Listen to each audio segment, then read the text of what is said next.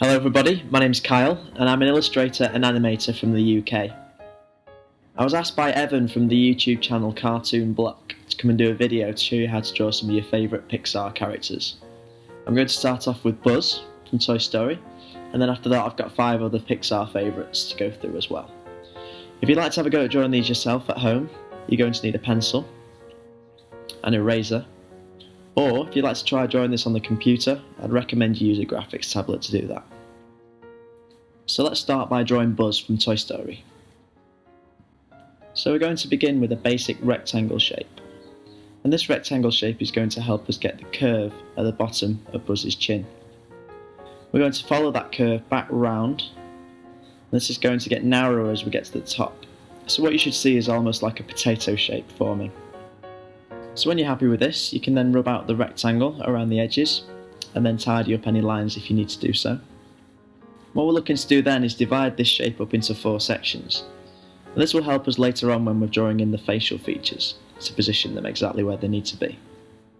I'm also going to draw a line here just around the outside of the head, which will allow me to put the ear in, which is again another point of reference later on. So on that middle line that we drew in earlier, I'm now going to put 2 curves either side, and these are going to be the cheek lines. Now that we've put those in, we can join that middle line up, which is going to act as the smile, and then we're going to have another sweeping line right underneath that, which is going to finish off the smile. Just above that, there's going to be a small line for the nose, and then we're going to head up and put a little bit of personality into his face now with his eyebrows. And eyebrows are where Buzz Lightyear gets most of his expression from, and you can see here that it has a very distinct shape that curves right outside the shape of his head, back down, and then across and up over to the other side. We're then going to finish off Buzz's nose by sketching in 2 lines either side to make it almost like a triangle shape. And this now gives us a clear space where the eyes should be. And the eyes are perfect circles. Inside of those circles will be another perfect circle for the iris, and inside of that an even darker circle for the pupil. Now I'm actually going to shade these in very lightly and then rub it away, which will allow me to put in the darker pupil and also define the outer edge of the iris. So already now it's starting to look like Buzz Lightyear. At this point now I'd recommend you start rubbing out those construction lines because we've pretty much put most of the basic facial features in now. So if you do rub out anything accidentally or you want to draw in any missing details, like I've missed out the little swirl on the chin here, and I also need to put in one of his ears and tidy up that line across the top of his head as well. So feel free to put those in as you're doing that. So I'm going to move on to the body now. Now I'm not going to be drawing the whole body here, I'm just going to focus on the upper body. So the neck, shoulders, upper arm, and of course the helmet as well. Now most people would jump straight in here and draw a big ring around the top of the helmet. But what you'll find is if you draw these 3 layers around the neck first, this will help you position where the curve should begin and end. Now you may notice the technique that I'm using here to draw this curve. It's a technique called feathering, where you gradually build up line upon line in the general direction that you're hoping to draw. Rather than drawing a big, thick, heavy line where you can go wrong, this is a great way of gradually building up the line, and as you put more lines in there it gets darker and darker. When you're happy you can rub out all the mistakes afterwards. One thing I'd like to mention here is that it's important that you have a reference to work from whenever you're doing one of these sketches. At the moment I've got about 3 or 4 pictures of Buzz pinned up on my right that I keep looking over at to make sure that I'm drawing it right. If you're sat there with no reference and you start guessing as to what things look like, that's when you're going to get your drawing wrong. So always have a couple of pictures that you can look over at and check things are going right as you're drawing.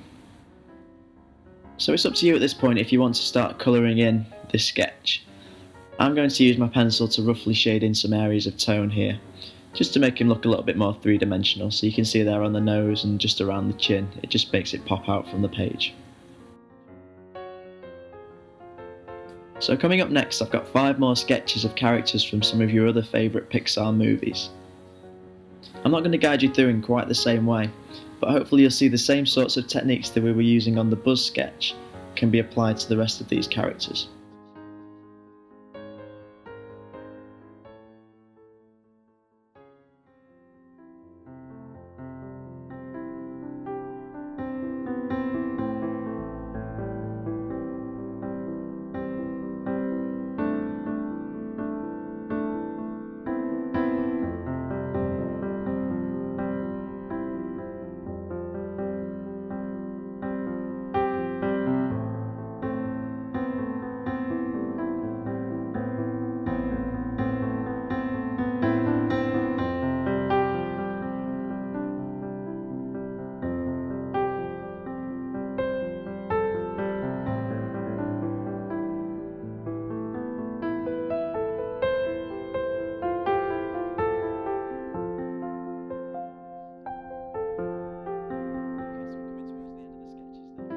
Just want to say a big thank you to Evan for letting me take over his YouTube channel.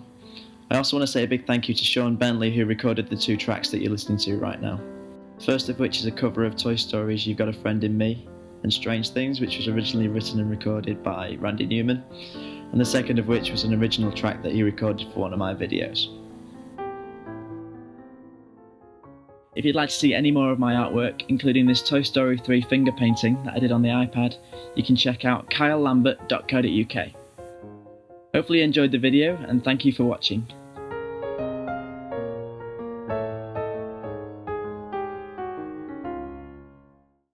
Hey y'all, if y'all want to see more of Kyle and his artwork, check out his YouTube channel and tell him Cartoon Block sent you. Till next time,